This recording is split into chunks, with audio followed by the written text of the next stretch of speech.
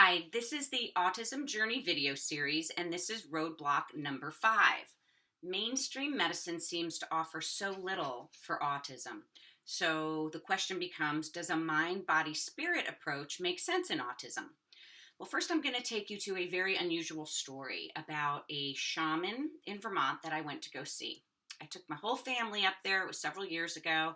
And I had just read The Horse Boy, which was a documentary and a book about a man who was very into horses, took his son and his family on a trek across Mongolia in search of shamans that would heal their son.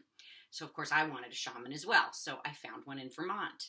And it was a very, very eye-opening experience.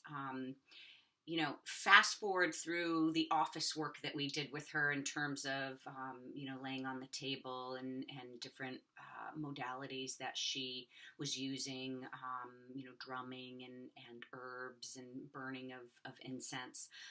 But she came to our house in the evening because she wanted to get an assessment for my son while he was sleeping.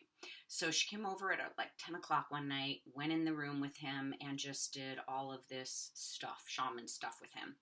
And she comes out to the table a little bit later, and we're sitting at the kitchen table in this house that we rented in Vermont, and she says, "Your son is in a constant state of trying to return to the ecstasy of death." Now, from the vantage point that I was at that time, that sounded horrible. Like I felt sick to my stomach. I felt like it was a literal thing, like he wanted to die. Now, that wasn't in fact what she was trying to tell me, but the problem with that is it took me about a year to get through the process of understanding what she was really trying to tell me. And the reason I'm sharing this story is because what that visit with the shaman did all those years ago was it opened my mind up to a possibility of a bigger picture. It opened my mind up to get beyond just the physical healing of our bodies. And, in those days, I was very fixated on fixing autism. Now I totally understand that autism is a differently wired brain, and I actually embrace that because all of my son's strengths come from that. But restoring the unwellness and fixing the physical issues, it was certainly an issue that I continue to strive for.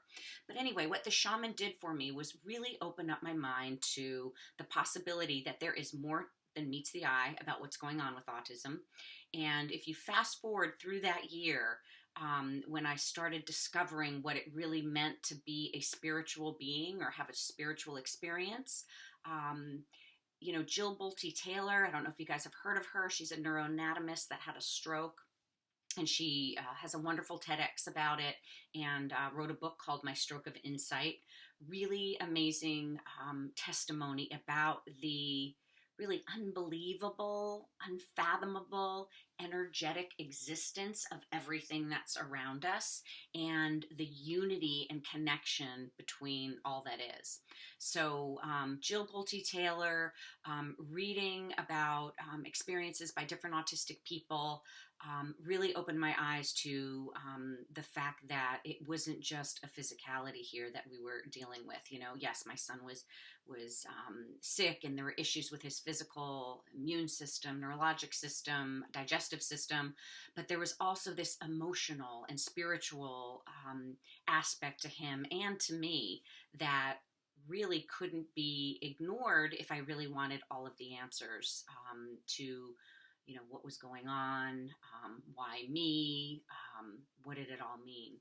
So I just want you guys to keep an open mind about mind, body, spirit medicine, about holistic healing modalities.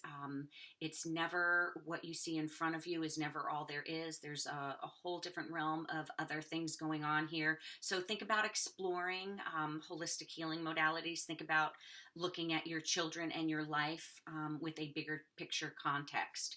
And I hope this helps. I hope this gives you some insights into some alternative ways of thinking about autism other than just the mainstream approach, which we all have sort of in front of us on a regular basis. So I am Dr. Andrea Libutti. You can jump over to my website, andrealibutti.com, join a tribe, a growing community of people that are supporting each other and really shifting the autism paradigm from what's not possible to what is possible. Thanks for listening.